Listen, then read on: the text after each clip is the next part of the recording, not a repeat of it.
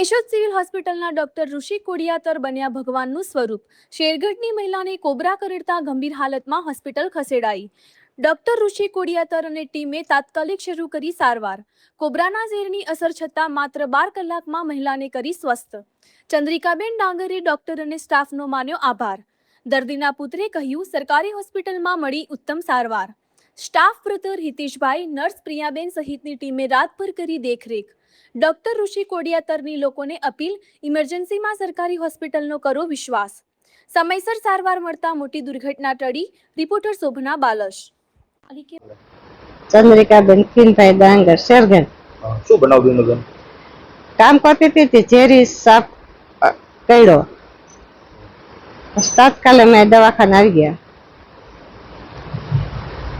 તાપ બહુ સારો હતો ને, એ મહેનત મારી બહુ કરી આખી રાત. બીજે દવાખાને છે તો ખર્ચો જાજો થાત, બહુ મહેનત કરી મારી.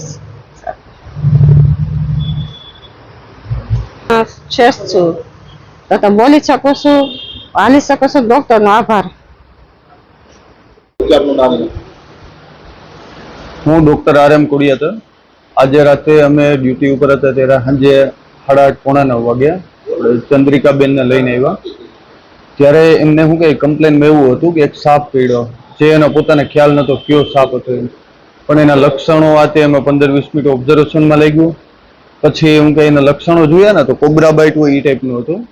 કોબરા બાઇટ એટલે કેવું, ન્યુરોટોક્સિક બાઇટ હોય, જેની અંદર અમુક લક્ષણો દેખાતા હોય, જેમ કે એની આંખો પડી જવી, શ્વાસમાં પ્રોબ્લેમ થવો, બીપી ડાઉન થવું.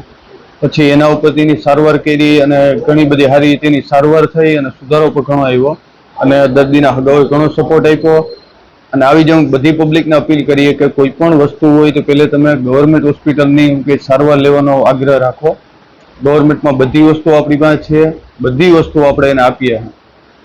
અને આજે એ દર્દી કમ્પ્લીટ થઈ ગયું છે. અત્યારે લગભગ 12 કલાક જેવો સમય થયો. જનરલી પ્રાઇવેટ હોસ્પિટલમાં ગયા હોય તો પણ આ 24-48 કલાક લાગે.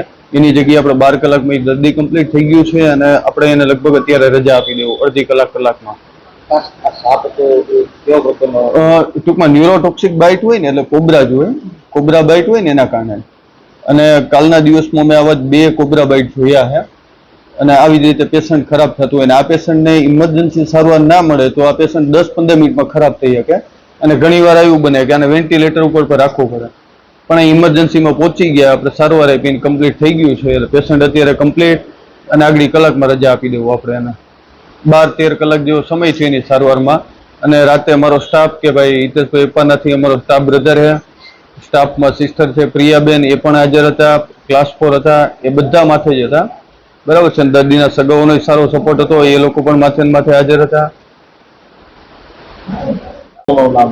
મારું નામ ડાંગર પરેશ છે. આ મારા મમ્મી છે. અને રાતે કામ કરતા હતા 7:30 વાગે અને ત્યારે સાપ પડ્યો છે. ડાયરેક્ટ સિવિલમાં આવ્યા છીએ અને ડાયરેક્ટ પછી અહીંયા સારવાર ચાલુ થઈ ગઈ.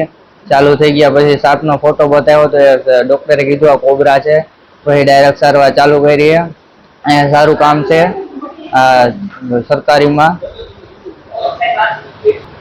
ઘણા લોકો કહેતા હોય છે સિવિલમાં કામ સારું નથી.